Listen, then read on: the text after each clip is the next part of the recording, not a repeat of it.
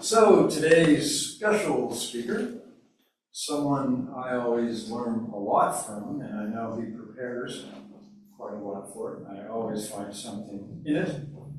This talk is Giving Life Meaning.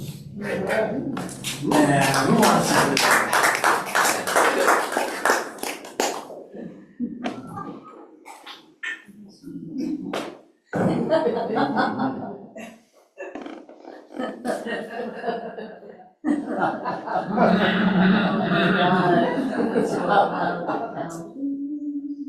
So, what's it all about?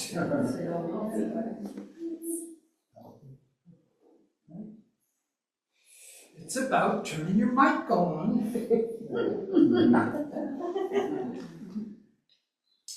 So, we ask this question because we want to know. But we are, as this cute little cartoon depicts, we're life aware of itself. That we're aware. Because we can adopt that pose of watching ourselves do things. We can be the witness to our own lives. And of course, one of the things that means is we know that this time is limited that we have here. We are all going to die. We're going to pass. All right? So, it stimulates in us some questions, some existential questions. Existential having to do with existence. But just because we're here, some questions get aroused in us. Who am I? What am I doing here? What is the good life? Is there anything that's worth suffering for? These questions that just come up about that to live a life, we want to have answers for. So this whole idea of meaning, that we have this need for meaning, is not one of just many kind of needs that we have. You can make a good case that if it's not the most important, it's certainly one of them. But it's really foundational in the sense that it really is one of the things that motivates us in life. What kind of meaning we make out of all of this human experience. And so, when individuals or societies lose their sense of meaning, it's not a good thing. There are a lot of things that follow from that. It's not just an abstract idea, thinking about meaning. We see burnout, loneliness, anxiety, addiction, apathy, that feeling of confusion and disorientation. Nietzsche, the philosopher, famously said, "He who has a why to live for can bear it almost anyhow." So if we've got something that we know is a reason that we're alive, that we can bear what life has to offer us.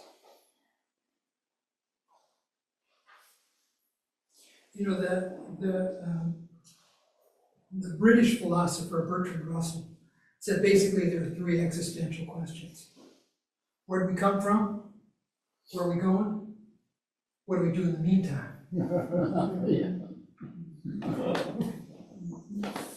Now, for me, some time ago, I read about, some expert who's supposed to know things, that came up with this thesis that each of us have one kind of a question that really animates our life, that we're kind of here to answer, to really, to dig some teeth into, to really understand.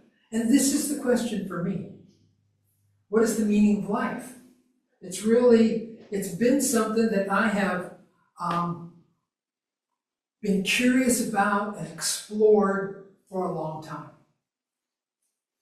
And so, I want to tell you a little story about somebody who had a special, other than the fact that he was human and he had these existential questions that we all do, he had some additional reasons for really exploring the meaning of life.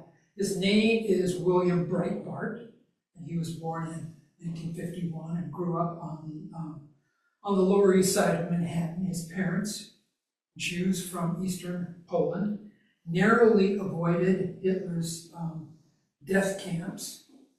And during the war, they lived in the woods and hid out, and William's father fought in the Polish resistance. They subsequently married, moved to the United States, and they brought all of those memories with them, all those memories they had during the war, and then finding out afterwards what was the horrors that were going on, and all of the people who were lost, and it was very tragic. So every morning, when William would come down to his breakfast, his mother was there, asking the question, why am I here? Why am I here? Why did I survive?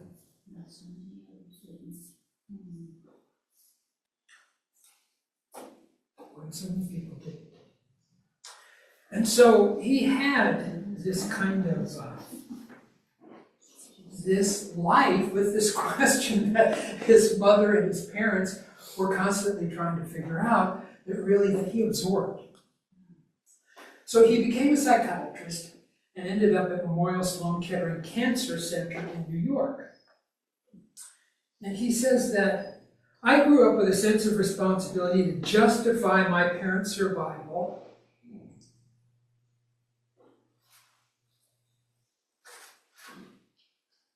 and to create something in the world that would be significant enough to make my life worthwhile.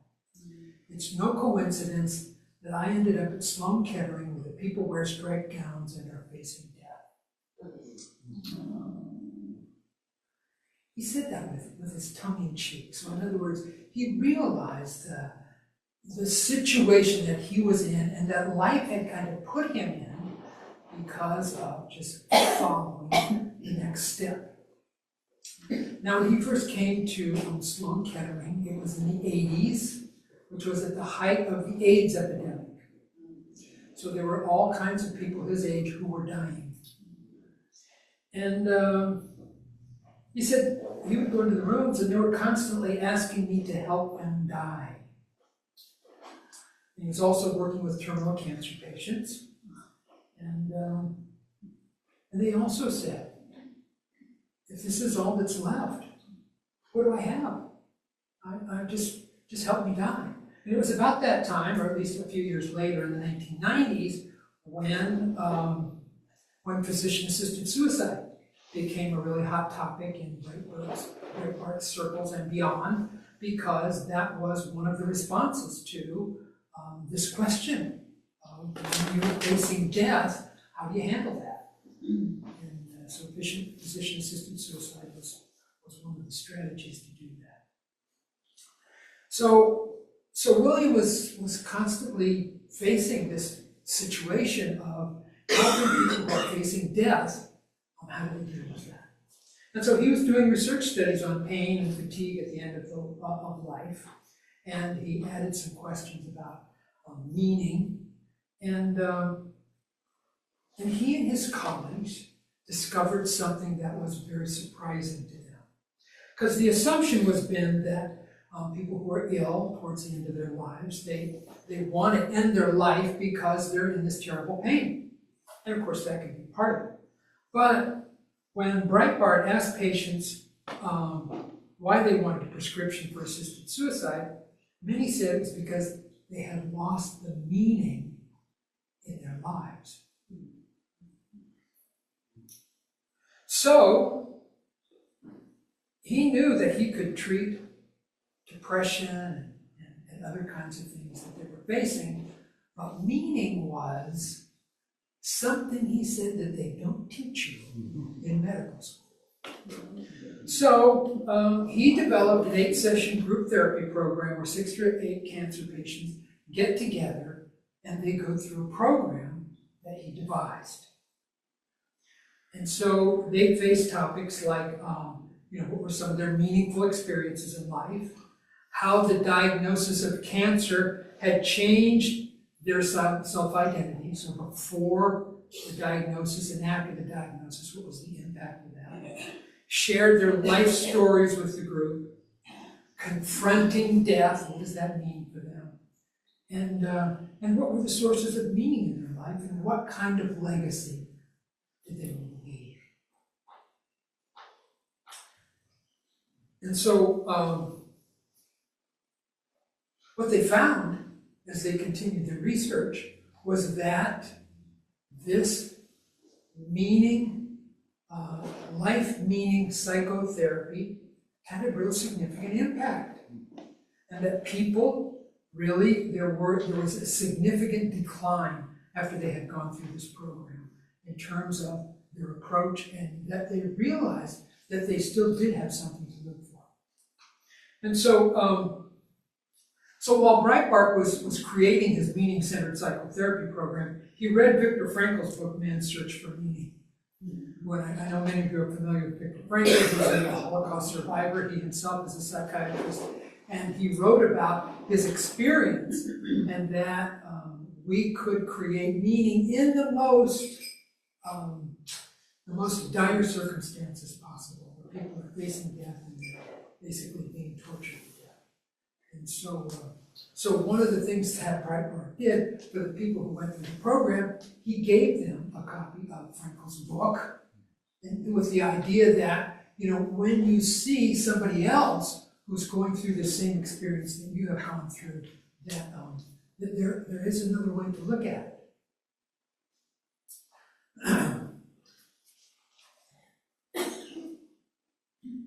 So meaning-centered therapy,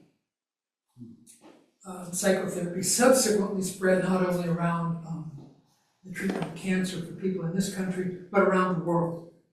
And now it's routinely this kind of therapy is given, this approach to life.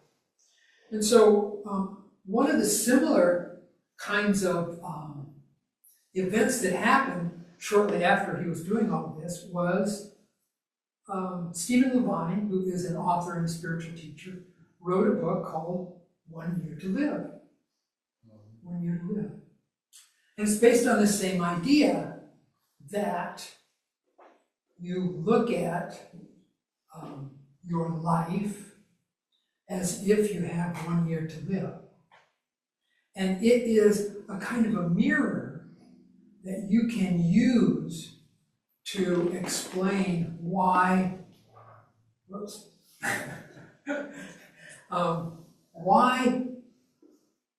why you live the life the way that you do. What are the values that you have? What are you putting off? What are you afraid of?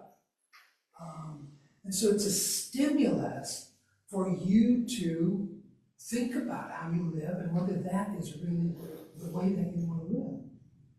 So, what I have to offer you today is, the other thing is, not only was this book written, but there are courses that you can take called A Year to Live.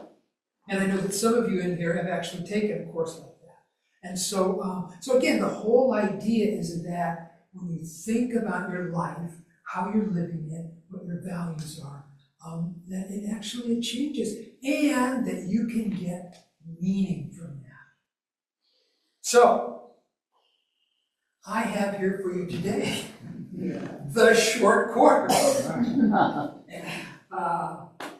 Actually, what I have is, my reflections and a model for creating meaning in life, which again has been something that has been really important for me over many years. And this is what I've come up with. And so it has an acronym as well. So you have a little mnemonic, a little memory device that you can use, that when you want to live your best life, keyword best life, you can think about these things: belonging, evolving story, servicing purpose, transcendence. Now, just to make things really clear, let me say a few things about each of those, okay? And so belonging is one of our most fundamental needs as human beings. We're social beings. And so for us to belong, whether it's our immediate family or different groups that we belong to, or culture, we have different aspects of our being that are so important for us in how we belong. So feeling connected, feeling loved, feeling acknowledged, all of those things are absolutely critical for our own well-being. It gives us a sense of identity. And so that's so critical for how we understand who we are, who we hang out with. One of the expressions that we commonly use is finding your tribe. And that's so critical for all of us. I think it's when adolescents go through that time of growing up and figuring out who they are, finding your tribe is so important. But to understand how important this whole idea of belonging is, Harvard has been studying for 88 years now this longitudinal study. It's called Harvard Study of Adult Development, and they've been following these people over 88 years.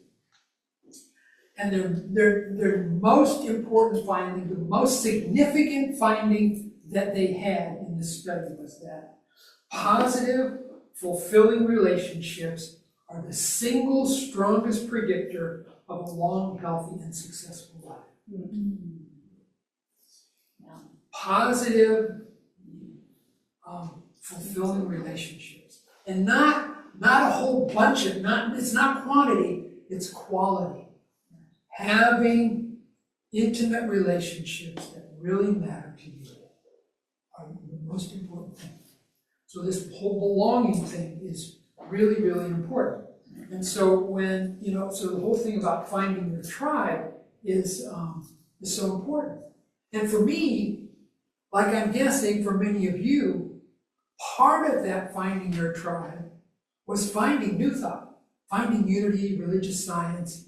I knew when I was going through the crisis of my life, and I found unity down in Santa Maria, that this was amazing. I mean, this was home to me. Here are these Christian mystics that are meeting as a group and who are embracing, who are absolutely open to all spiritual paths, and who support really spiritual growth in all its magnificence.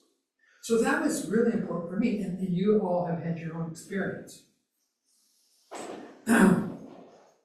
Evolving story. So stories are really important. It's another aspect of our lives that is really important. Why is that? Because we make meaning out of life by the stories that we tell. The single best word is coherence. We want to get coherent and clear about what our life is all about. And so we tell stories. Conscious stories, unconscious stories, we tell a lot of stories. It's why we love to watch TV and read novels, go to movies, because they're stories. And the stories, of course, they entertain us, but they also comfort us, and they give us insights about how to understand ourselves and other people. So now, there is a universal story that has a pattern, a universal life story pattern, that is that we have challenges, we face those challenges, we overcome those challenges, and we gain wisdom and insights into life. And this is a gift that we have to give, this wisdom and this insight into life. Now, you might recognize that because it was what the mythologist and author Joseph Campbell called the hero's journey. And so he in his research found that there was this universal pattern that all cultures had, this life pattern that we have. So New Thought's version of that hero's journey is that we, is that based on our spiritual practices and leading a life dedicated to love and wisdom teachings, that we overcome our fears, face whatever challenges we each individually have in life. We transform our consciousness from a self-centered one to a higher self, to a divine self. And that is the story that we each live out. So for me, part of the way that I frame my story is something that I affirm every day. I joyously consecrate and dedicate myself to the will and the work of Jesus the Christ. I joyously consecrate and dedicate myself. And so that's part of the story that I affirm for myself every day, and that's how I immerse myself in that and create my story around that as best I can. So, belonging, evolving story, serving purpose.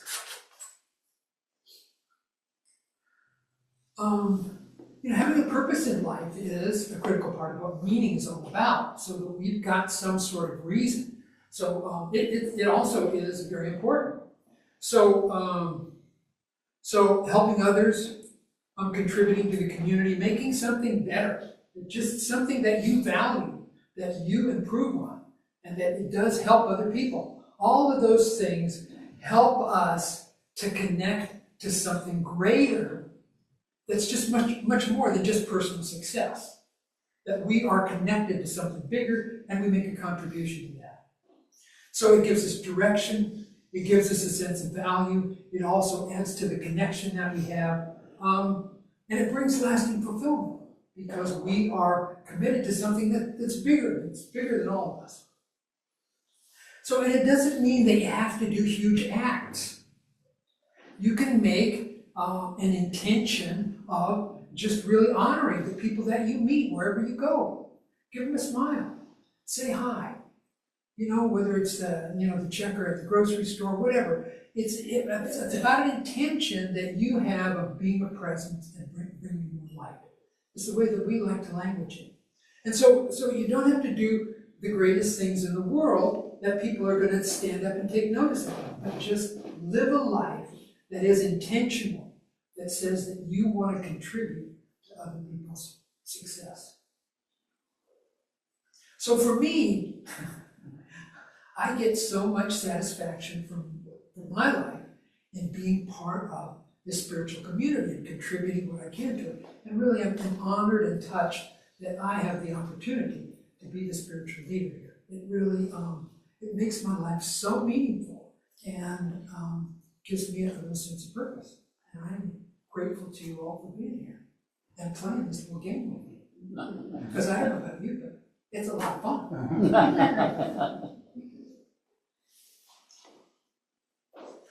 Okay, belonging, evolving story, serving purpose, transcendence.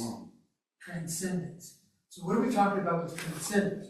We're talking about something that goes beyond our normal human experiences. Typically something beyond the material world, something that can be beyond a finite understanding. So, when they do surveys, they find that a significant proportion of people have spontaneous mystical experiences, which again is something that takes us beyond our normal three-dimensional human experience that says, wow, there's something beyond, there's something more going on here. In indigenous cultures, they used psychoactive plants as part of their routine kind of spiritual practice. And people are still doing that today. For the last 50, 60 years, we've been discovered that we can manufacture those things in the lab, and people are doing that. Also in nature, a lot of people go into nature and have experiences that really just lift them beyond what they normally experience. And again, in this three-dimensional world. One of the most one of the most impactful for the NASA astronauts is that after they go out there and they are coming back, they see the Earth. And it has a very profound effect on them, on many of them. In fact, it has a name, and there's a book about it. It's called The Overview Effect. The Overview Effect. One of the astronauts wrote a book about it and did some research, and it's very moving for them to see the Earth, you know, in this real finite kind of way, and to see the kind of thin layer of atmosphere that's around there, and the big blue ocean, and realize all that's going on down there in this vast space. And they're just so moved that it changes how they see life. It's almost like a near-death experience for people who have had near-death experiences come back, and they realize that their lives are really changed. And they really want to live in a different way. Their values are changed. You know, for me, and for many people, it's about spiritual practice. And so your spiritual practice can open that door to a greater sense of living in a dimension that is beyond this one. So I encourage you to keep on, keep it on. It's worth it, friends. I believe it's worth it. So now, you might have noticed, or maybe you didn't, but I'm going to draw your attention, that all of these things they're interdependent. And so when you cultivate one aspect of any of these categories, it supports the other three. And so the meaning is really multiplied. Now, one of the things that you might notice,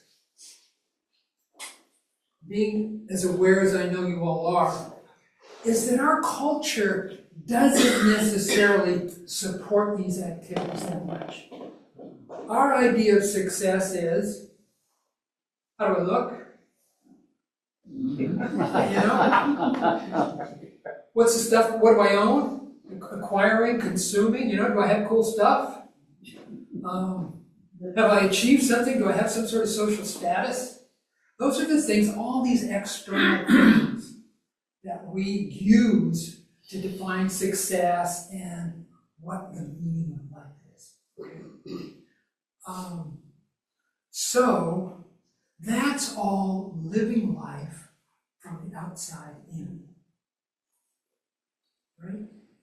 Because those externals, those superficial things, are the things that we think, oh yeah, these are cool, this is what I want, this is what I value. This is living life from the inside out.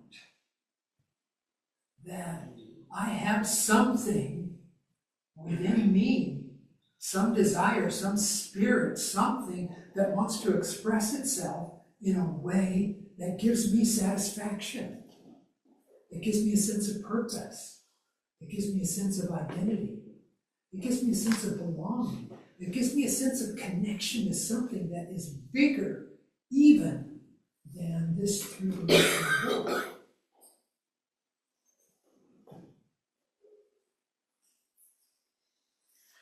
So you know, this AI stuff. I'm sure you've all heard of it, and I'm sure some of you are using it. It's amazing. It's amazing. Trust me, I do it multiple times a day. I have more questions for AI, and it comes up with the coolest stuff. So I asked it. I said, "What would Charles and Myrtle Fillmore say is the meaning of life?"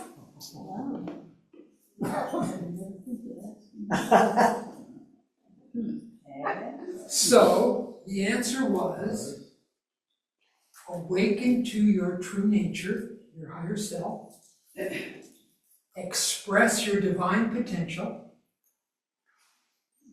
live a life of conscious oneness with God, yourself, and others.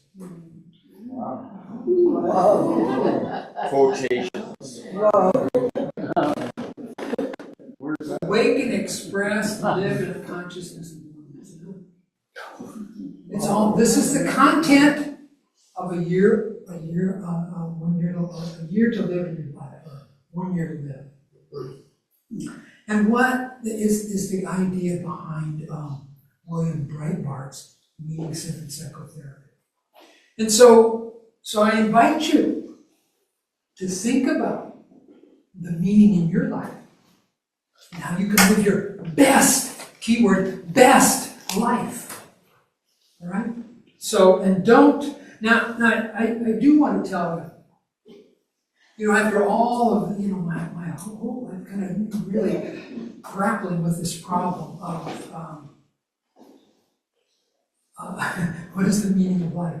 I have come across in the last couple of years another idea, and I want to share it with you. It's very powerful.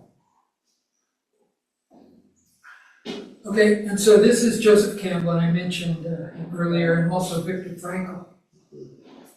But they say, both of them say, that's not the right question. Yeah. That life has no meaning. We are the meaning. You are the meaning. Life is to be experienced. That's the meaning. And we create the meaning out of it. So if there is a universal consciousness, whether you want to call it God or whatever, and that we are an expression of that we are consciousness, God, exploring itself. So we are each unique, and we are each having this life of meaning.